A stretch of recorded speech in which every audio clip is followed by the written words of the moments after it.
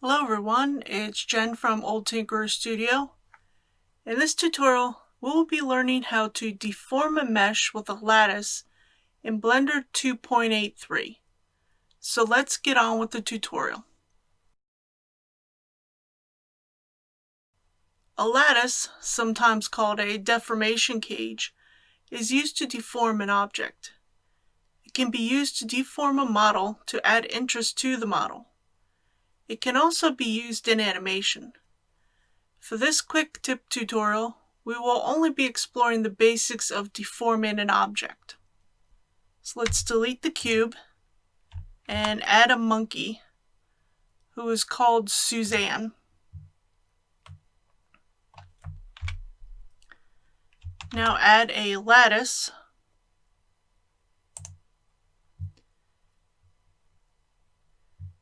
and scale it around Suzanne.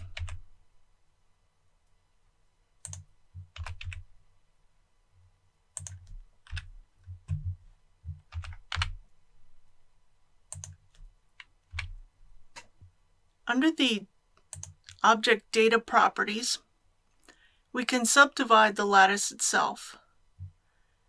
For this tutorial, I'm going to add two more subdivisions called resolution to each of the axes.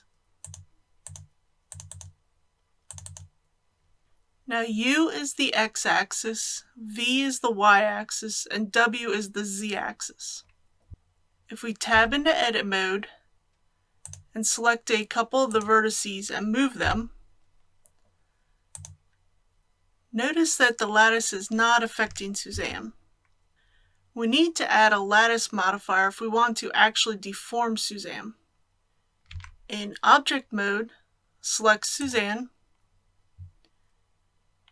and add a lattice modifier. For the object, we choose lattice. Now if we select the lattice and tab into edit mode, we can now use the lattice to deform Suzanne.